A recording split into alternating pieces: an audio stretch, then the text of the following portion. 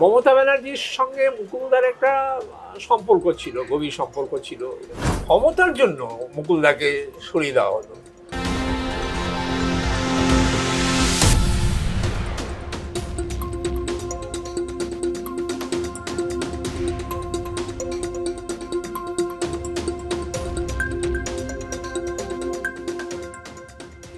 ছাত্র অবস্থা থেকে তিনি রাজনীতি করছেন। ফরওয়ার্ড ব্লক, তৃণমূল কংগ্রেস, পরবর্তীকালে ভারতীয় জনতা পার্টির সঙ্গে একটা ঘনিষ্ঠ সম্পর্ক ছিল তার।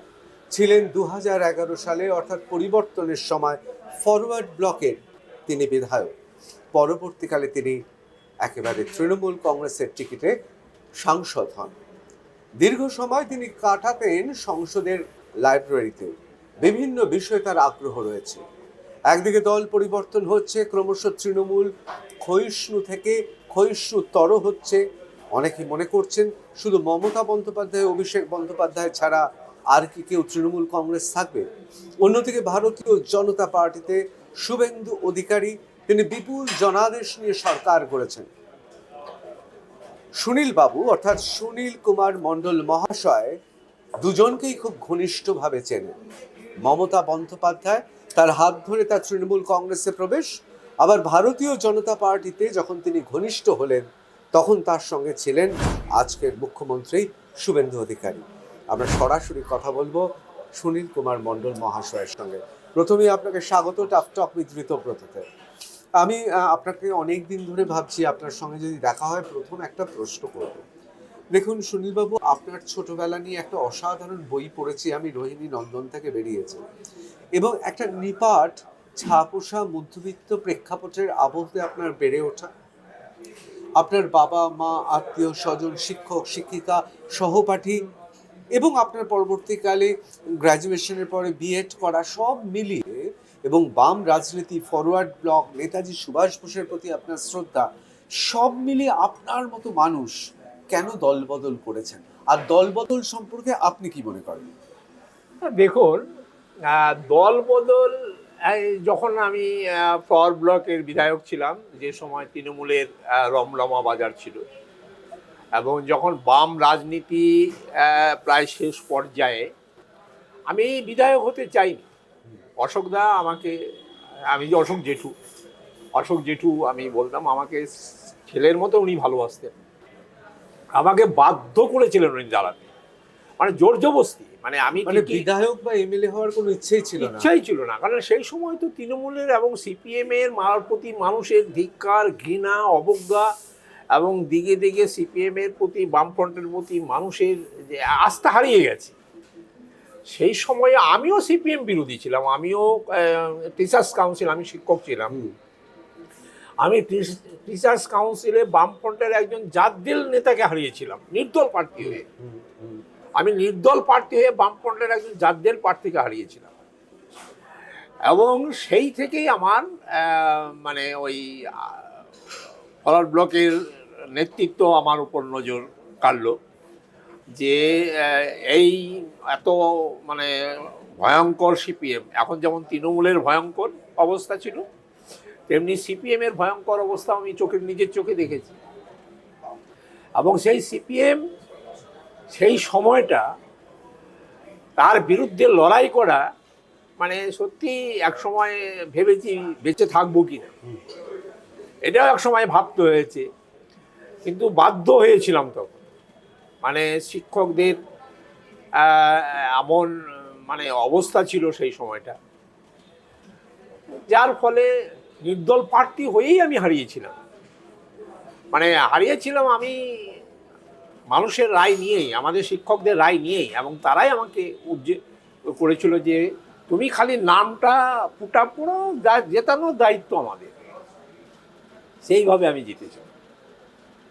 এবং দল, তারপর যখন পার্লামেন্টে এলাম, এই বিধানসভায় যখন এলাম, তখন আমি মমতা ব্যানার্জির নজর প্রথমেই কেড়েছিলাম। যে যেদিন আমার প্রথম অধিবেশন হয় বিধানসভায়, উনি আমাদের সোনালী দি, সুব্রত বক্সি নয়, সোনালী দি এবং সুব্রত মুখোপাধ্যায় এবং মমতা ব্যানার্জি, আমাকে সম্বর্ধনা দিয়েছিলেন, মানে পশ্চিমবাংলার সবচেয়ে বড় বিধানসভার বিধায়ক বলে। আচ্ছা, এবং সেদিন আমাকে সূর্যকান্ত মিশ্র বলেছিলেন যে তোমার উপর নজর কেড়েছে, তুমি দেখো ইয়ে হয়েও না। কিন্তু দল পরিবর্তনের ব্যাপারটা নিয়ে আজ বুদ্ধিজীবী মহলেও আজকে নানা প্রশ্ন উঠছে। অনেক সময় আমরা টিভিতে দূরদর্শনে যুক্তিতর্কে নিন্দা পরচর্চা নিয়ে দেখছি, কিন্তু আমার ব্যক্তিগত মত একটু আলাদা, যে দল যদি তার নীতি আদর্শ পরিবর্তন করে, দল যদি তার আদর্শ থেকে বিচ্যুত হয়, এবং দলের যদি সাংগঠনিক জায়গাটা না থাকে, স্বজন পোষণ অত্যাচার স্বৈরাচারী শুরু হয়, সেই সময়ে নিরুপায় যারা দল, অনেক ক্ষেত্রে যারা নিঃস্বার্থভাবে দল পরিবর্তন করে, তারা নিরুপায় হয়ে দল পরিবর্তন করে। ঠিক। এবং আমি বামফ্রন্টের এমএলএ ছিলাম, ফরওয়ার্ড ব্লকের এমএলএ ছিলাম, কিন্তু আমি তৃণমূলের রাজত্বেও বামফ্রন্ট দ্বারা অত্যাচারিত হয়েছি।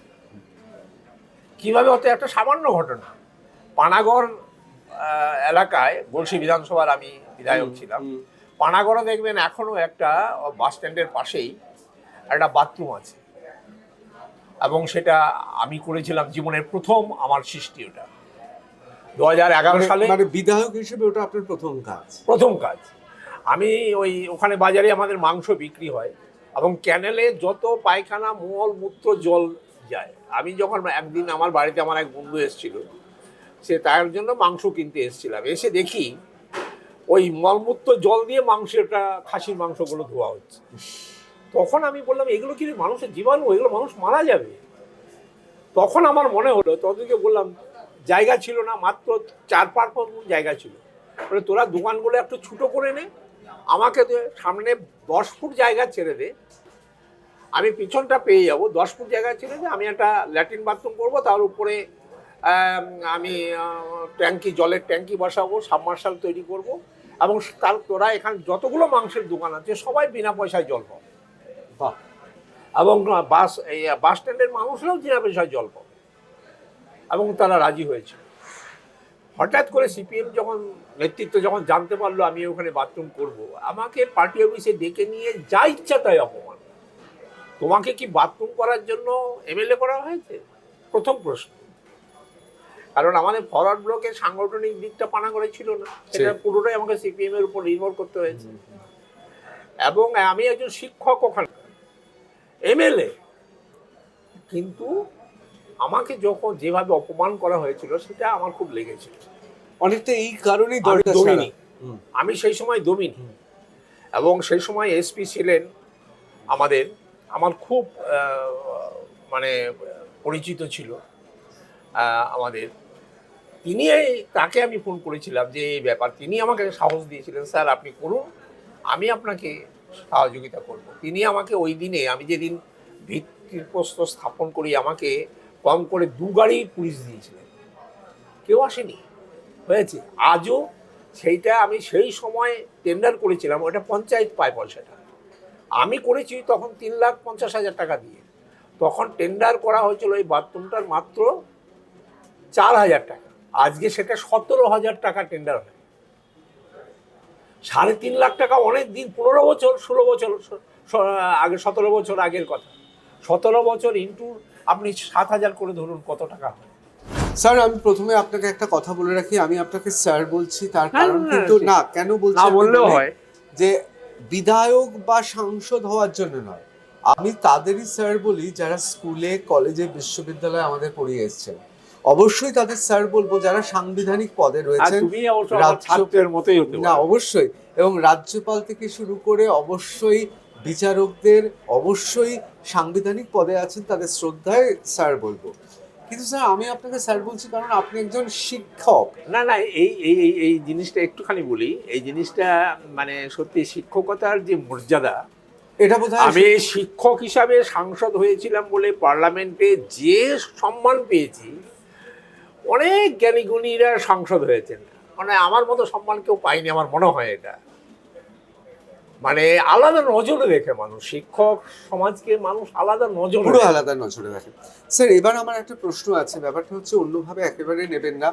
দেখুন, সংসদ হচ্ছে ভারতবর্ষের গণতন্ত্রের পীঠস্থান, এবং আমি ভারতীয় হিসেবে গর্বিত যে আমাদের মতো সংবিধান আর পৃথিবীতে এত সেরা সংবিধান, মানে পৃথিবীর সেরা সংবিধানের অন্যতম আমাদের।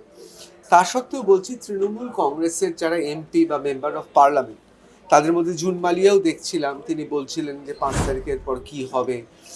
এসব তো আমরা দেখেছি।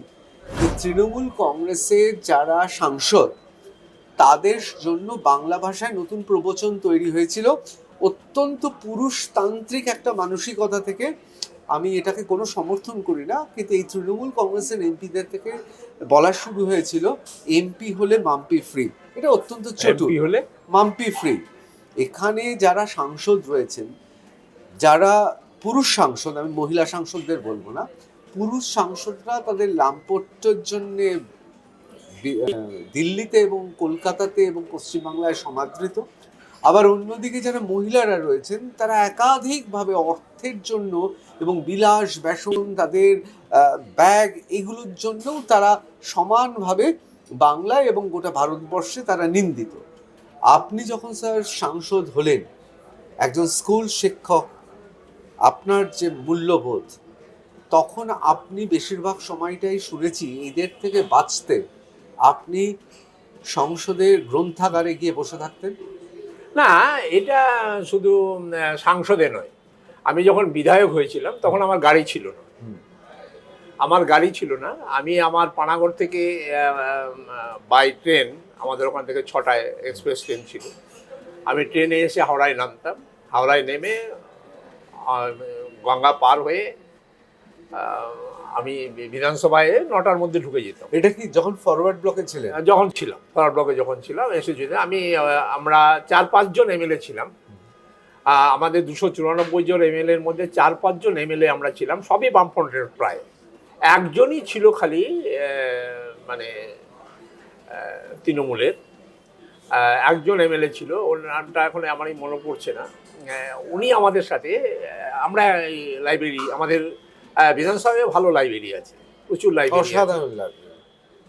দেখুন, আমি তো শিক্ষক, আমি জানি নিজের জ্ঞান না থাকলে অপরের জ্ঞান ধার করে সংসদে বা বিধায়ক অ্যাসেম্বলিতে কিছু বলা যায় না।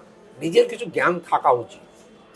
জনগণ আমাকে ভোট দিয়েছে তাদের কাজের পরিধি সৃষ্টি করার জন্য, এবং আমি বিধায়ক হয়ে পড়াশোনা করেছিলাম জানার জন্য যে আমার ডেভেলপমেন্ট বা উন্নয়নের জন্যে আমি কিভাবে কাজ করব, কি আমার মানে কিভাবে আমি তৈরি হব, কি আমার কি করা উচিত।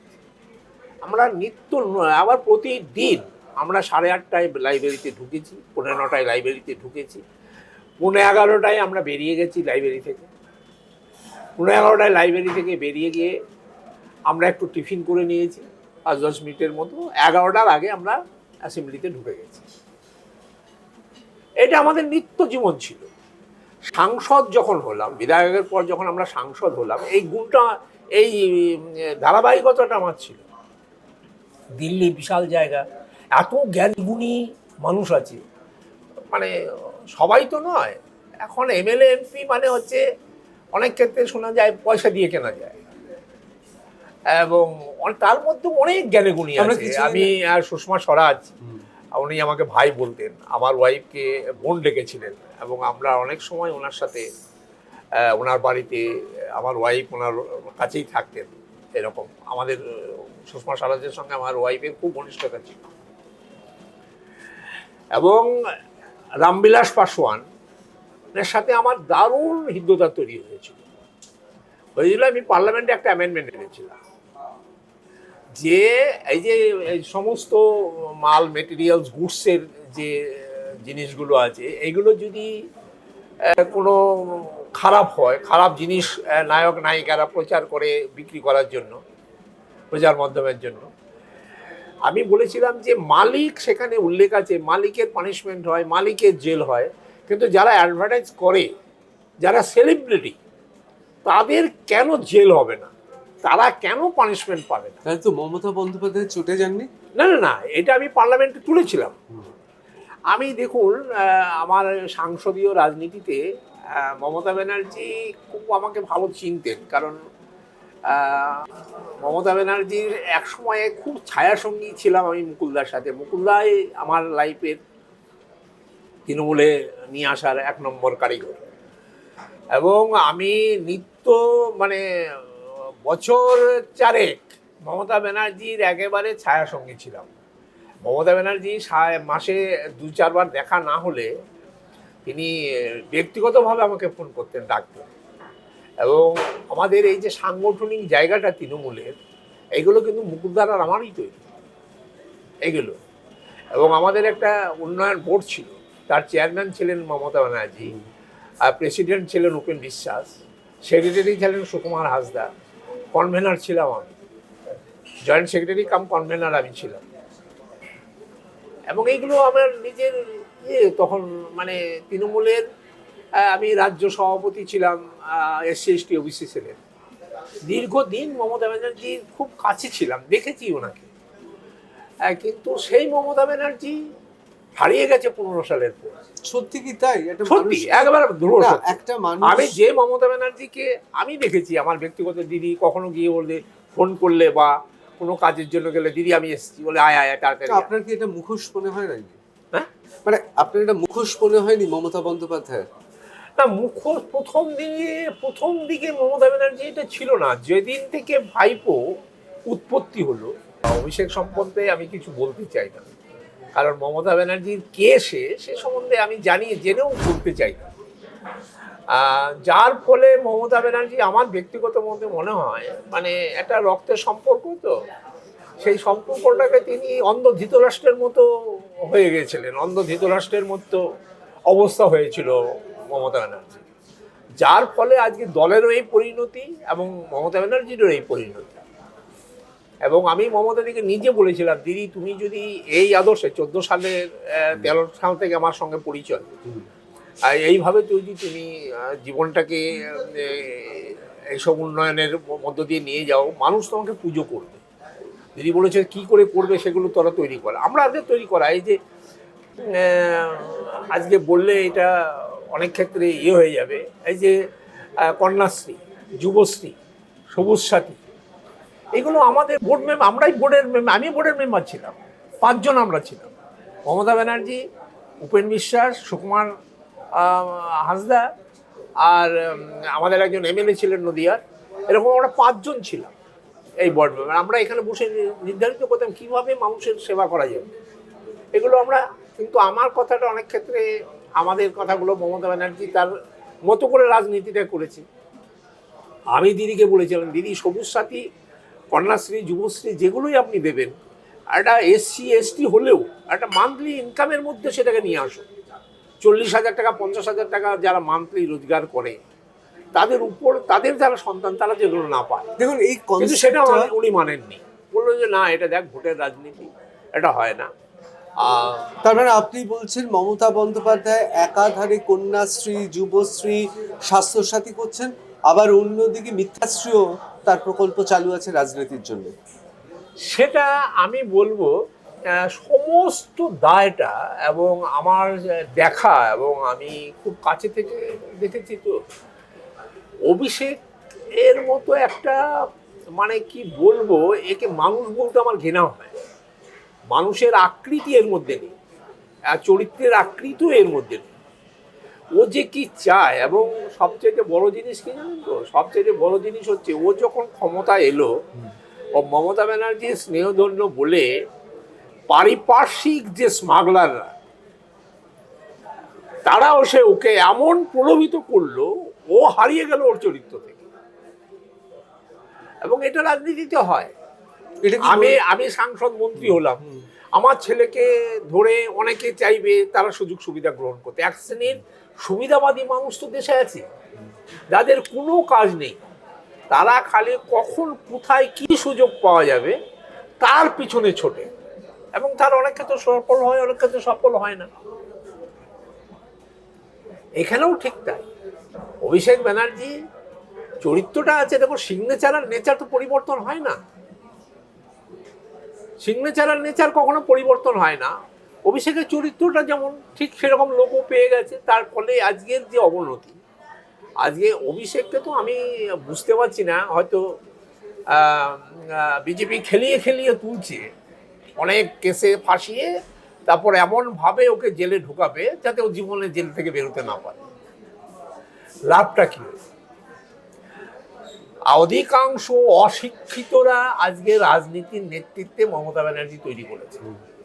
নির্লজ্জ বেহায়া, নির্লজ্জ বেহায়া বলাটাও ভুল, আস্ত পশুর থেকে অধমেরা। আমি এখানে একটু যেমন জিজ্ঞেস করবো। অনুব্রত হ্যাঁ। থেকে আরম্ভ করে এই ধরনের, এই যে জাহাঙ্গীর, এদের আমি নিজে জাহাঙ্গীর, আমি নিজে যখন রাজ্য সভাপতি ছিলাম আমি মিটিং করতে গেছি, আমি নিজে এসে রিপোর্ট করেছি। উল্টে আপনি রিপোর্ট করলে মানে মানে আউট। আচ্ছা, মমতা বন্দ্যোপাধ্যায় চরিত্রহীন, লম্পট অথবা যারা সমাজের একেবারে মস্তান গোছের, এদের বেশি পছন্দ করতেন? দেখুন আজকে তো পছন্দ করতেন মমতা ব্যানার্জি, আগে কিন্তু এটা ছিল না। এটা তো মমতা ব্যানার্জির হাতে দলটা 17-18 সাল থেকে ছিল না। মমতা ব্যানার্জির হাতে দলটা ছিল না। 17-18 থেকে 16 পর্যন্ত, 17-18 থেকে 16-র মাঝামাঝি, 17-18 থেকে মোটামুটি পুরোটা অভিষেক ক্যাপচার করে নিয়েছে। আপনি বলছেন মমতা বন্দ্যোপাধ্যায় যদি স্বাধীনভাবে চালাতে পারতেন অভিষেকের পরাধীনতার বাইরে গিয়ে, তাহলে হয়তো এই অবস্থাটা হতো না।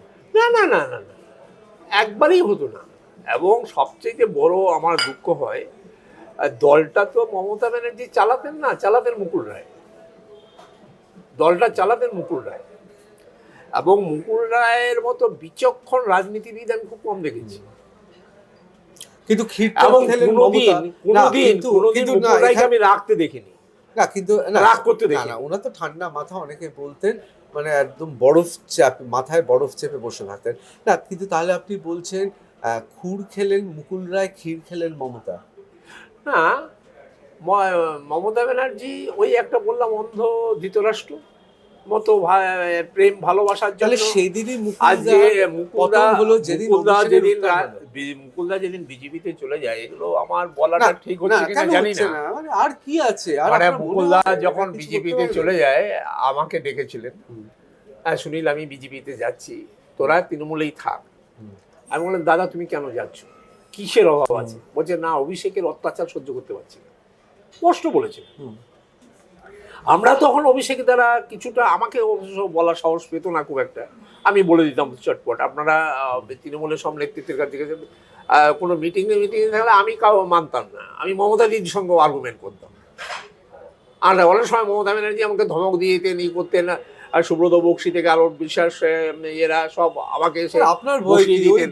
না, আমি এটা ভাবতাম যে তুমি আমার পথটা কেড়ে নিতে পারো, তার থেকে বেশি করতো না। আমি বললাম না দিদি, আমি যেটা বলছি সত্যি বলছি, তুমি এটা করো না। আমি তুমি করেই বলতাম, তুমি এটা করো না, এটা তুমি ভুল করছো। জিজ্ঞেস করি, আপনার তো একটা সুবিধা ছিল, তার কারণ মমতা বন্দ্যোপাধ্যায়ের দলে কোট আনকোট অশিক্ষিত, দেখুন অশিক্ষিতদের আমি কিন্তু খারাপ বলি না, কিন্তু কারোর অশিক্ষা হতে পারে। অশিক্ষিতটা নয়, অশিক্ষিতরা যদি রাজনৈতিক বিচক্ষণতা পায় তাহলে বলে ঠিক আছে, ঠিক। কিন্তু যারা রাজনীতির জানে না, একদম না, মানে এখানে অশিক্ষিত মানে হচ্ছে আনকালচার্ড, মানে অসংস্কৃতবান। এর সংখ্যাটা তৃণমূল কংগ্রেসে বেশি। তার মধ্যেও শিক্ষিত যারা আছেন, তাদের মধ্যে কিছু শিক্ষিত আছেন, বেশিরভাগ তারা শিক্ষিত কিন্তু সুবিধাবাদী এবং লম্পট। আর কিছু শিক্ষিত আছেন যারা সত্যি কথাটা বলেন এবং যারা চরিত্রবান। সুতরাং আপনি তো দলের সংখ্যালঘু সবসময়।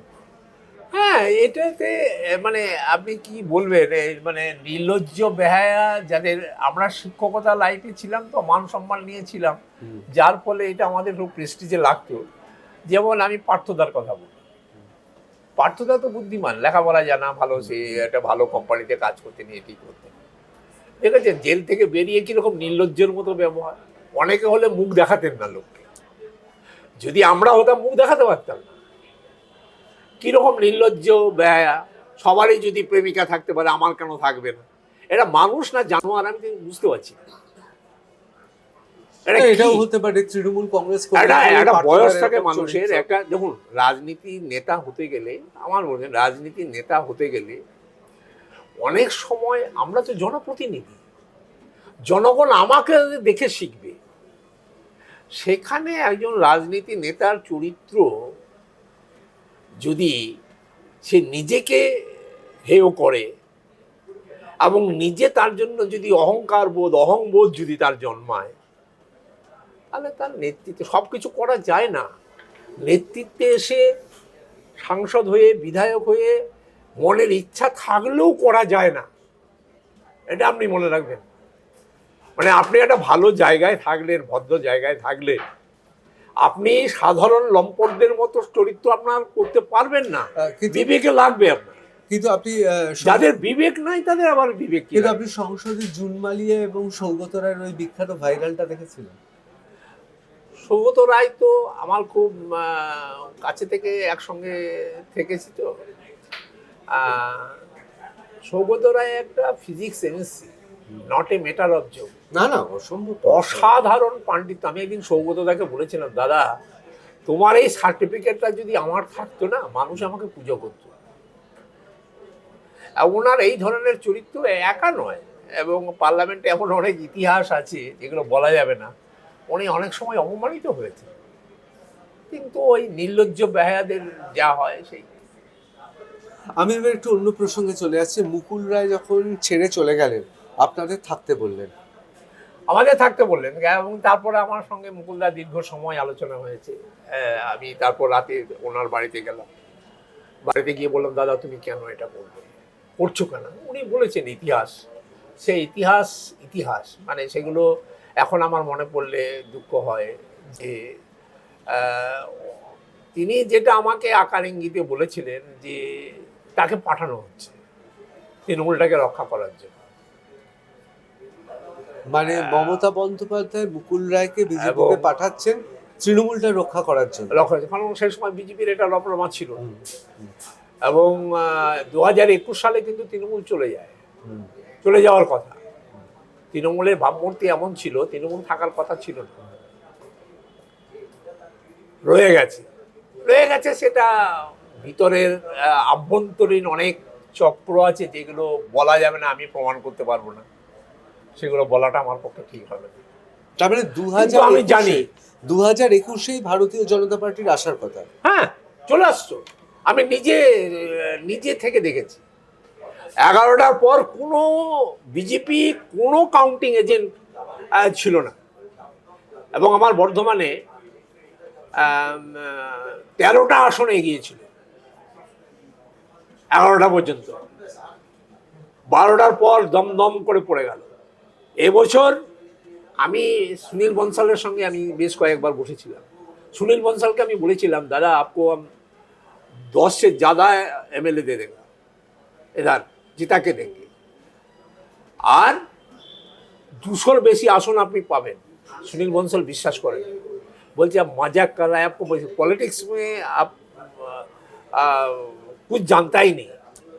বর্ধমানে আমরা যদি 4-5টা পাই, এটা আমাদের এই যে একজন আছে অধ্যাপক আছেন, ওনার সাথে উনি আমাকে ফোন করেছিলেন একদিন, যে যাদবপুরে অধ্যাপক আছে বিজেপির, কি নামটা ভুলে যাচ্ছে, যে টিভিতে ওই এবিপি আনন্দে মাঝে মাঝেই বসেন। আপনি বিশ্বনাথ চক্রবর্তী? না, বিশ্বনাথ নয়, মানে বিজেপি না, বিশ্বনাথ বাবু তো এতে রয়েছেন, বিজেপির অধ্যাপক হলে বিমল শঙ্কর। ও আমাকে ফোন করে একদিন যে সুনীল দা তুমি বর্ধমানে কীরকম দেখছো। আমি বললাম যে ভাই তুমি নিশ্চিন্তে থাকো, 10-12টা আসন এর বেশি তোমরা পাচ্ছ। উনি আমাকে হাসতে উড়িয়ে দিয়েছিলেন, বলছে কি বলছো রে ভাই, আমাদের অত দরকার নাই, আমাদের 5-6টা হলেই হবে। এবং 14টা আসন পায়, এবং একটা আসন কয়েকটা ভোটে হেরে গেছে, এবং সেটা ক্যান্ডিডেটের জন্য হেরেছে। 2টো আসন ক্যান্ডিডেটের জন্য হেরেছে। এটা তো মানে আমরা তো রাজনীতিতে একবারে মাটি ঘেঁষা মানুষ, এবং আমরা অনেক মানুষ বিজেপি কিন্তু ভোটে জেতে। আমি বলবো আপনাদের কি মত হয় এবং সাধারণ মানুষের কি মত আমি জানি না, আমার রাজনৈতিক জ্ঞানে বলছে বিজেপি পশ্চিমবাংলায় ভোটে জেতেন। ভোটে জিতেছে তৃণমূলের অভিষেকের উপর ক্ষিপ্ত হয়ে, তৃণমূলের উপর ক্ষিপ্ত হয়ে, মমতা ব্যানার্জির উপর ক্ষিপ্ত হয়ে মানুষ বিকল্প হিসাবে বিজেপিকে ভোট দিয়েছে,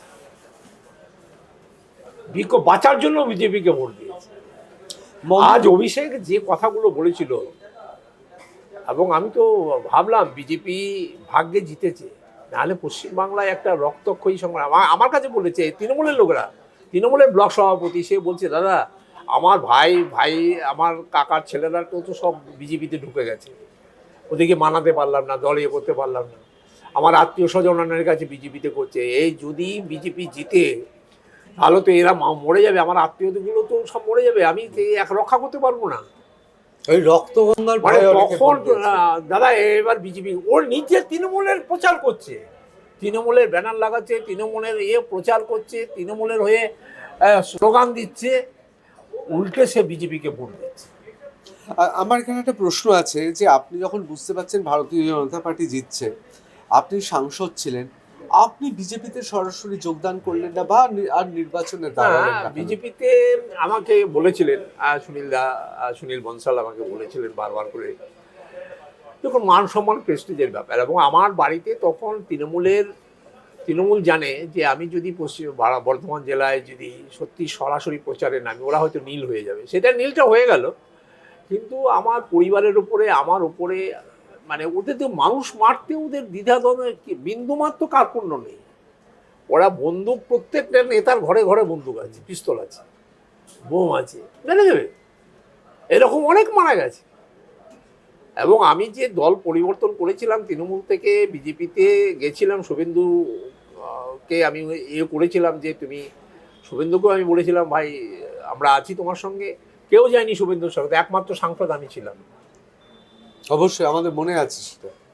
আমি ছিলাম শুভেন্দু আপনার বর্ধমানের বাড়ি থেকে আমার বাড়িতে লাইভ চলছিল, আমার বাড়িতেও খাওয়া দাওয়া থেকে আরম্ভ করে ও গেছে, দীর্ঘ সময় আমার বাড়িতে ছিল। আমি 23টা জেলা সভাপতিকে জড়ো করেছিলাম, এমএলএরা এসেছিল, আমার বাড়িতে একটা হয়েছিল। এখন কি জানেন তো, আপনি যদি রাজনৈতিক বিচক্ষণতা আপনার থাকে, আপনি যদি সত্যিকারের নেতৃত্ব হন না, আপনার পদে পাওয়া খুব কষ্ট। সবাই আপনাকে ভয় পাবে, সবাই ভয় পাবে যে রাজনীতিতে এলে আমার পদ হারিয়ে যাবে। এখন রাজনীতিটা হচ্ছে ক্ষমতা লিপসার একটা, প্রকৃত রাজনীতি তো এখন নেই না, রাজনীতি থেকে হারিয়ে গেছে। এত কিছু বলার পরেও মমতা বন্দ্যোপাধ্যায় আপনাকে কিছু বলতে পারলেন না, তার অন্যতম কারণ কি এটা যে মুকুল রায়, তৃণমূল দল, মমতা বন্দ্যোপাধ্যায়, অভিষেক বন্দ্যোপাধ্যায় সম্পর্কে এত গোপন খবর আপনি জানেন, মুকুলদা আপনাকে বলে গিয়েছেন যে আপনাকে কেউ ঘাটাবে না?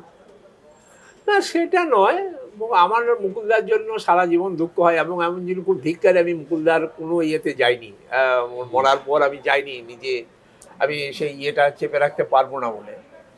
মানে মুকুলদা আমার বাড়ি গেছেন, আমার বাড়িতে খাওয়া দাওয়া করেছেন, আমার ওয়াইফকে বোনের মতো দেখতেন, এবং খুব আমাকে স্নেহ তো করতেন, এক বিছানায় শুয়েছি আমরা।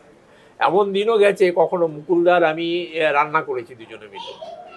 আচ্ছা, মুকুলদা যে বলেছিলেন যাহা বিজেপি তাহাই তৃণমূল, যাহাই তৃণমূল তাহাই বিজেপি, কোথাও কি এটা হেয়ালি না এটা সত্যি সত্যি শরীরের অসুস্থতার কারণে? আপনার কি মনে হয়? না মানে অসুস্থতার কারণ নয়, মুকুলদা ভুল করেছিল যে বিজেপিতে যখন গেছিল বিজেপিটাকেই মন দিয়ে করতে হতো, এবং বিজেপিতে থেকে তৃণমূলকে সহযোগিতা করার কোনো মানে ছিল না। এবং আমি যে লাস্টে এটা করেছিলেন উনি। আমি যে লাস্টে বিজেপিতে গেছিলাম ওনার টানেই গেছিলাম, ওনার মানে বললো যে আমি তোকে একটা অনুরোধ করছি, রাখবি না, তুই চুলায়, তুই কেন এটা করছিস, আমি আছি তো চুলায়, এটা গেছিলাম। কিন্তু আমি দেখবেন আমি বিজেপিতে গিয়ে কিন্তু তৃণমূলে ফিরে আমি কিন্তু জয়েন করিনি। আমাকে অনেকবার বলা হয়েছে তুমি তৃণমূলে জয়েন করাম করে, কেউ দেখাতে পারবে না কোনো, আমি সেই দিন থেকে বসে গেছি, আমি তৃণমূলে জয়েন করি। আমি তৃণমূল দলটাকে মনে প্রাণে ঘৃণা করতাম তখন, যে তাহলে কি আমার নিজের 4-5 লোককে খুন করেছে। না, তাহলে কি আমি ধরে নেব যে মুকুল রায় তৃণমূলের এজেন্ট হয়ে প্রয়াত শ্রদ্ধেয় মুকুল রায় বিজেপিতে গিয়েছিলেন? প্রথম অবস্থায় ছিল সেটাই, কিন্তু তার পরবর্তী ক্ষেত্রে উনি মানে মমতা ব্যানার্জির সঙ্গে মুকুলদার একটা সম্পর্ক ছিল, গভীর সম্পর্ক ছিল, বন্ধুত্বের সম্পর্ক ছিল, অনেক সময় আমি দেখেছি আমরাকে নিয়েও যাওয়া হতো, আমাকে নিয়েও গেছে রাতে। উনি মমতাদির সাথে গল্প করতেন, আমি বাইরে গাড়ি নিয়ে ওয়েট করেছি। অনেক দিনই হয়েছে সেটা। এবং মমতা ব্যানার্জি তার আলাপ আলোচনাটা মুকুলদা ছাড়া কিছু করতেন না।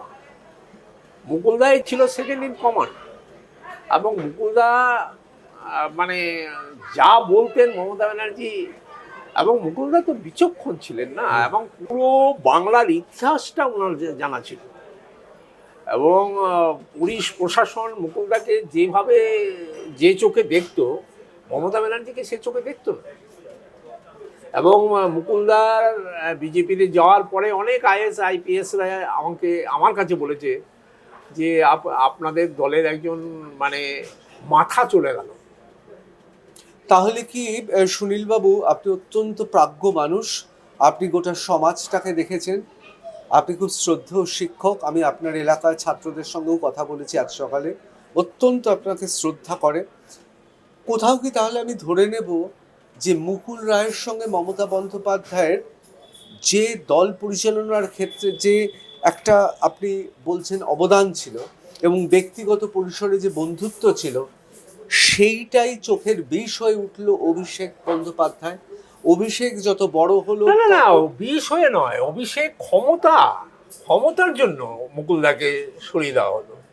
অভিষেক দেখলো যে মুকুল রায় যদি থাকে তাহলে আমি ওই ক্ষমতার অলিন্দে ঢুকতে পারবো না, তাকে বাইরে। ক্ষমতা লোভী বন থেকে জানোয়ার তুলে আনা যায়, জানোয়ারের মন থেকে বন তুলে ফেলা যায় না। আমরা একটা ছোট গল্প করেছি লীলা মজুমদারের ছোটবেলায়, সেটা ঠিক এরকমই। যখন ক্ষমতার লিপ্সা এমন পর্যায়ে পৌঁছে গেল যে মুকুল থাকলে অসুবিধা হবে, তাকে সরিয়ে দেওয়া হয়েছে। ঠিক এবং যেরকম মমতা ব্যানার্জি অন্ধের মতো বিশ্বাস করেছেন এবং বাধ্য হয়েছেন। আপনি কি এটা জানেন? মমতা ব্যানার্জিও এক সময় তার বাড়ি থেকে রেগে গিয়ে পার্টি অফিসে ছিল, জানেন কেন ছিলেন? প্রশ্ন তো আজকে করতে হবে। মমতা ব্যানার্জির সেই শিরদাঁড়াটা ছিল না, সেই সাহসিকতাটা ছিল না, তিনি স্বমহিমায় শাসন ক্ষমতাটাকে নিজের হাতে রাখবেন। অন্ধবিশ্বাস, সে যেমন কুরুবংশ ধ্বংস হয়েছে, তেমনি মমতা ব্যানার্জির অন্ধবিশ্বাসে আজ তৃণমূলটা একেবারে সেই কুরুবংশের মতোই ধ্বংস হয়ে গেল। যে দলটা এক মাসও হলো না, ছিন্ন বিচ্ছিন্ন হয়ে গেল। এইভাবে হতো না। এবং আরেকটা মমতা ব্যানার্জি ভুল করলেন, যদি দল হারার সাথে সাথে তিনি অভিষেককে সরিয়ে দিতেন, রাজনীতি থেকে সরিয়ে দিতেন, এবং তাকে বলেন তোমার জন্য এটা আমার হচ্ছে, তাকে ওকে যদি দায়ী করে কাঠগড়ায় দাঁড়ি করে যদি সরিয়ে দিতেন, দলটা যেইভাবে ভাঙত। মানে প্রতিহিংসা, মানে একটা তুমি দেখবে অনেক ক্ষেত্রে কি হয় জানো তো, যে সমস্ত ছেলেপেলেরা হোস্টেলে থাকে, আমি অনেক ক্ষেত্রে দেখেছি, যে সমস্ত ছেলেমেয়েরা হোস্টেলে থাকে মায়ের আদর যত্ন পায় না, এবং তারা বড় হয়ে কিন্তু মায়ের সাথে বাবার সাথে শত্রুতা হয়, এবং তারা বিয়ে করে বাবা মাকে দেখে না, ছেড়ে চলে যায়। যারা ছোটোবেলা থেকে হোস্টেলে মানুষ, কোনো বাবা মাই সেই ছেলের আদর যত্ন পায় না, তার একমাত্র তাদের মনের মধ্যে হিংসা। তোমরা আমাদেরকে একবার একটু ভালোবাসা, একটু মায়া, একটু মমতা, ওই মাসে একবার খাবার নিয়ে গিয়ে দেওয়া, একটু এসে হাই হুই করা করলে পরেই যে সেটা হয় তা তো নয়। স্নেহ ভালোবাসাটা তো আলাদা জিনিস। স্নেহ ভালোবাসা হয় প্রাণের টানে, মনের টানে। সেই মনের টান, প্রাণের টান যদি দূরে থাকে, এটাও সেই ক্ষেত্রে সেরকম একটা কিছু হয়েছে। তাহলে আপনি বলছেন মমতা বন্দ্যোপাধ্যায়কে আর কিছুদিন বাদে বানপ্রস্থে বৃদ্ধাশ্রমে চলে যেতে হবে? চলেই তো গেছে। এখন তো ওনার উচিত, উনি আজকে কংগ্রেসের কাছে, জানি না এই রাজনীতিতে তো রাজনীতির মধ্যে নেই না। অধীর চৌধুরী এবং কংগ্রেসের সর্বনাশ তো উনিই করেছেন লাস্টে। আমরা বারণ করেছি অনেক ক্ষেত্রে যে ওকে কংগ্রেস থেকে নেওয়া হয়, না নয় ভালো হতে থাক, ইয়ে করুন, আর অনেক ক্ষেত্রে বলা হয়েছে, কিন্তু শুনেনি। বিরোধী শূন্য রাজনীতিতে বিশ্বাসী ছিলেন, যার ফলে মানে এটা পুরোটাই বললাম না, 17 থেকে ভাইপোর হাতে চলে গেছে সব, পুরোটাই ভাইপো। আইপ্যাকটা কারা? আইপ্যাকের টাকা তুলে অভিষেককে জমা করতো। আর এবং প্রতিটা ওরা যে জৈন এবং বিজেপি সবচেয়ে ভুল হয়েছে, আগে আইপ্যাকের ওই সমস্ত জায়গাগুলো ইয়ে করতে হতো, এবং কি হারে আইপ্যাক টাকা তুলেছে সেটা আমরা জানি। এই মুহূর্তে তৃণমূলে যারা নেতারা রয়েছে তাদের যে পরিমাণ অর্থ আছে তাতে আমাদের বাজেটে ঘাটতি তো অনেক অংশে পূরণ করা সম্ভব যদি তাদের বেআইনি সম্পত্তি, টাকা, এবং এটা তো দেশে দেশে হয়েছে, লাতিন আমেরিকার অনেক দেশে হচ্ছে, আফ্রিকাতে হয়েছে। আপনার মনে হয় না যে পশ্চিম বাংলায় এই সমস্ত নেতাদের সম্পত্তিগুলো ক্রোক করা উচিত? হ্যাঁ, আমার ব্যক্তিগত মতে ক্রোক করা উচিত, 1 নম্বর ক্রোক করা উচিত। এবং প্রতিটা সাংসদ তো তার যখন ইলেকশন নির্বাচনে দাঁড়ায় তখন তাকে তার পুরো ইনকামের ইয়েটা দিতে হয়, 2 বছরের এটা দিতে হয়, তোমার কি সম্পত্তি আছে, আছে সম্পত্তি। আমার যে আমি ধরুন সাংসদ, 1 লাখ টাকা বেতন পাই, 1 লাখ টাকা, আমার মাসে 12 লাখ টাকা রোজগার, 5 বছরে আমার 60 লাখ টাকা রোজগার, সেখানে 80 লাখ টাকা হবে, 10 কোটি তো হবে না, ঠিক 5 কোটি তো হবে না। তাহলে আমি যখন 10 কোটি সম্পত্তি করেছি, কেন আমাকে ধরছে না? এবং আমি তো বলবো সাধারণ মানুষের থেকে সাংসদ বিধায়কদের শাস্তি বেশি হওয়া উচিত। আমি সাংসদ, আমি যদি চুরি করি, জ্ঞানে চুরি করছি, আমি জেনে চুরি করছি, আর একটা সাধারণ পাবলিক অজ্ঞানে চুরি করছে, পেটের খিদেই চুরি করছে, অভাবে চুরি করছে, তার সাজা আমার সাজা ব্যবধান হওয়া উচিত, কিন্তু তা তো হয় না। আমি মন্ত্রী হয়ে, এমএলএ হয়ে, এমপি হয়ে চুরিয়ে আমি, আমার জেল হলে আমি রাজার হালে থাকি, আর একজন সাধারণ মানুষ ফুটপাতে থাকে, ফুটপাতের মতো জীবনযাপন করে। এটা তো হওয়া উচিত নয়। ওই সাংসদকে, বিধায়ককে, মন্ত্রীকে ফুটপাতের মতো জীবনযাপন করানো উচিত, পুরা রুটি খাওয়ানো উচিত, বুঝবে বেদনাটা কোথায়। আমি স্যার আপনাকে জিজ্ঞেস করছি, যেহেতু মমতা বন্দ্যোপাধ্যায়, অভিষেক বন্দ্যোপাধ্যায়, মুকুল রায়, এই চরিত্রগুলো আপনি তো দীর্ঘদিন ধরে দেখেছেন। ধরুন সায়নী ঘোষ যে অনীক দত্তের ছবি করার সময় মমতা বন্দ্যোপাধ্যায় এবং এই সরকারকে বিরুদ্ধাচারণ করেছিল, ঠিক কয়েক বছরের মধ্যে, মানে খুব কম সময়ের মধ্যে, তিনি হয়ে উঠলেন মমতা বন্দ্যোপাধ্যায়ের মতো, শাড়ি পরে তিনি রাস্তায় নামছেন, অভিষেক বন্দ্যোপাধ্যায়ের পদে তিনি এসে বসছেন। এটা কারণ কি, মেয়েদের কি জানো তো, এটা আমি খুব বেশি জিজ্ঞেস করো না, মেয়েদের এখন ক্ষমতা পাওয়াটা মানে খুব সহজ। কিভাবে সহজ এটা আমি বলতে চাই না। মেয়েদের ক্ষমতা পাওয়াটা, রাজনীতিতে মেয়েরা যেভাবে ক্ষমতা পাচ্ছে, কটা মেয়ে সততার সাথে পাচ্ছে, রাজনৈতিক জ্ঞানের সাথে পাচ্ছে, সেটা নিয়ে প্রশ্ন আছে। মেয়েদের এখন এই ক্ষমতা পাওয়ার একটা নিজস্ব মানে কি বলবো বায়োডাটা আছে, এবং তারা সেইভাবে পাচ্ছে। এই দুর্ভাগ্যজনক, এই দুর্ভাগ্য, এটা রাজনীতির দুর্ভাগ্য, নেতৃত্বের দুর্ভাগ্য, দলের দুর্ভাগ্য। এবং দুর্ভাগ্যজনক এই সত্যিটার জন্য আমাদের পুরুষতান্ত্রিক মানসিকতাই, পুরুষতান্ত্রিক মানুষরাও দায়ী, পুরুষতান্ত্রিক মানুষরাও দায়ী যে তাদের ব্যবহার করছে, তাদের দ্বারা ব্যবহৃত হচ্ছে, এরকম। এটা তো দায়ী বটেই, অবশ্যই দায়ী। স্যার আপনাকে এই পর্বে আমি একটা শেষ প্রশ্ন করব। শুভেন্দু অধিকারী, মমতা বন্দ্যোপাধ্যায় দুজনকে আপনি দেখেছেন।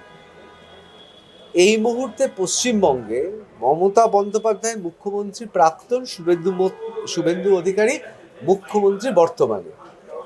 তুল্যমূল্য বিচারে বাংলার জন্য কাকে এগিয়ে রাখবেন? অবশ্যই আমি বলছি না ক্ষমতা, আমি বলছি ধরুন মমতা বন্দ্যোপাধ্যায়। শুভেন্দু তো লড়াকু এখন এসছে, বসেছে, ওর সম্বন্ধে আমি বিশেষ কিছু বলতে চাই না। মমতা ব্যানার্জিকে আমি কি বলবো, লড়াকু নেত্রী হিসাবে দেখতে চাই, কারণ উনি প্রকৃত রাজনীতিটা মুকুলদার দ্বারা পরিচালিত হয়েছে বলে মমতা ব্যানার্জির সেই বিচক্ষণতাটা রাজনীতিতে ছিল না। তাহলে কি স্যার এটা বিচক্ষণতাটা ছিল না বলেই, রাজনৈতিক বিচক্ষণতা যদি মমতা ব্যানার্জি থাকতো তাহলে কিন্তু এই অধঃপতনটা হতো না। তাহলে কি স্যার এটা ধরে নেব, অনিল বিশ্বাস বিনা সিপিএম যেমন বিনাশ হয়েছিল, ঠিক সেরকম মুকুল বিনা তৃণমূল? 100 বার তারপরে বাংলার রাজনীতিতে চাণক্য দরকার।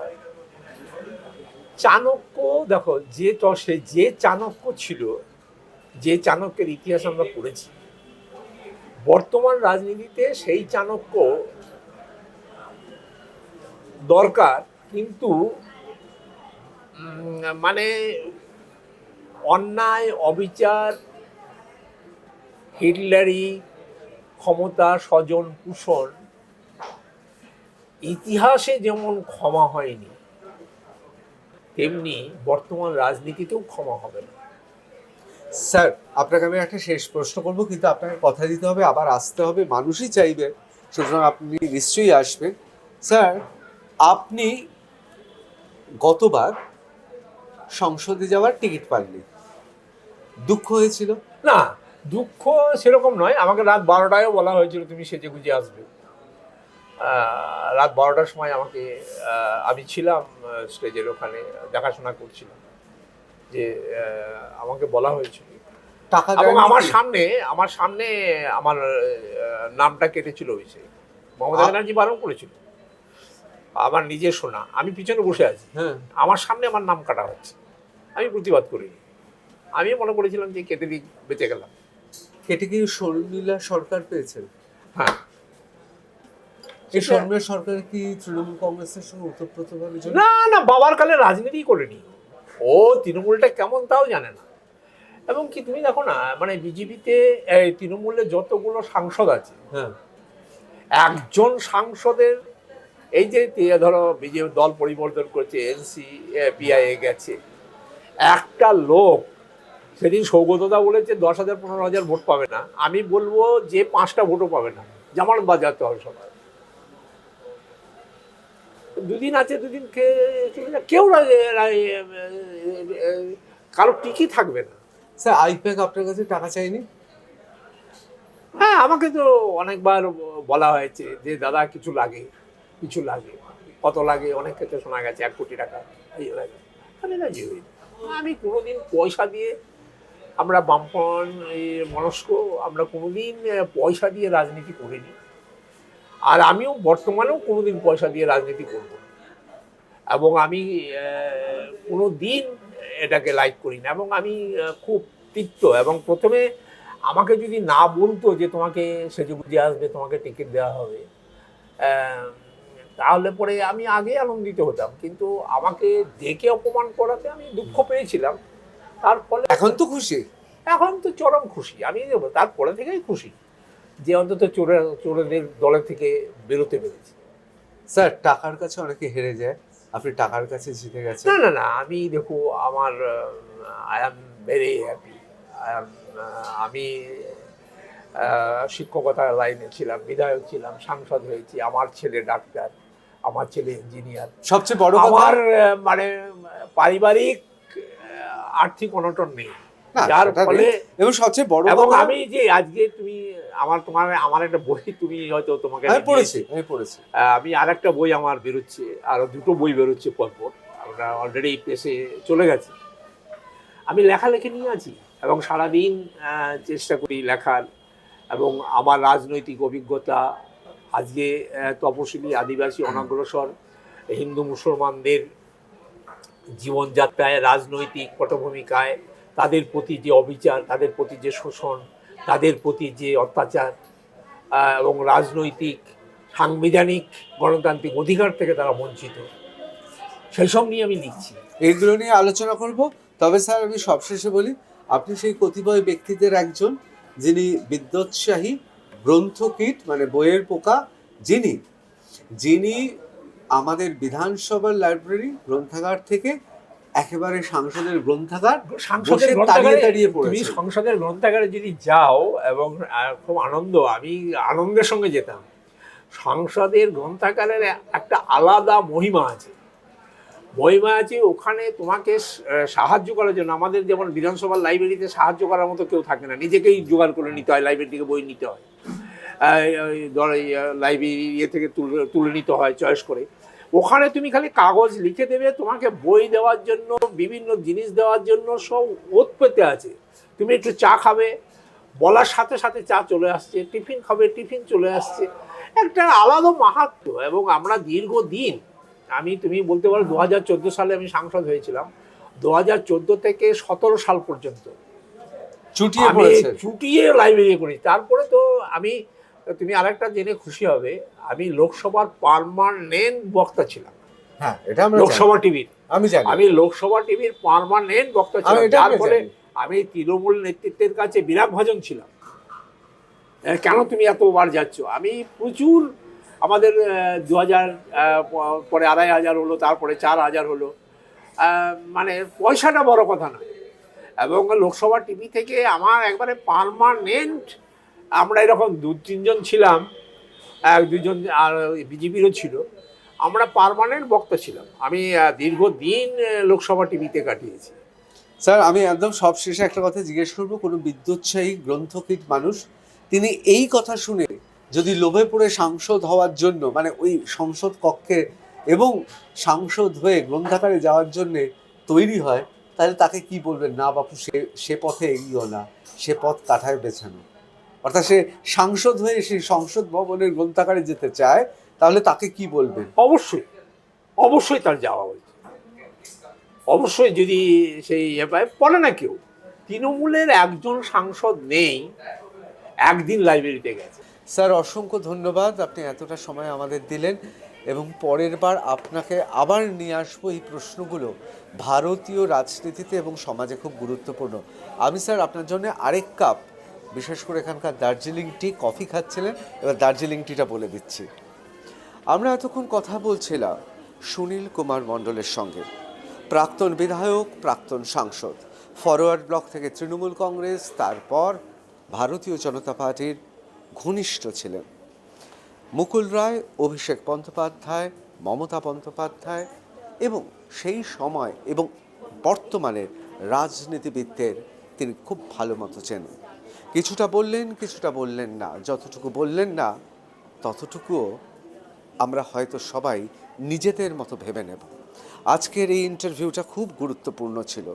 টাফ টক উইথ ঋতব্রত এখানেই শেষ করছি। অন্যান্য খবরের জন্য আপনারা কিন্তু নজর রাখবেন এবং আপনারা দেখবেন আমাদের শর্টসগুলো।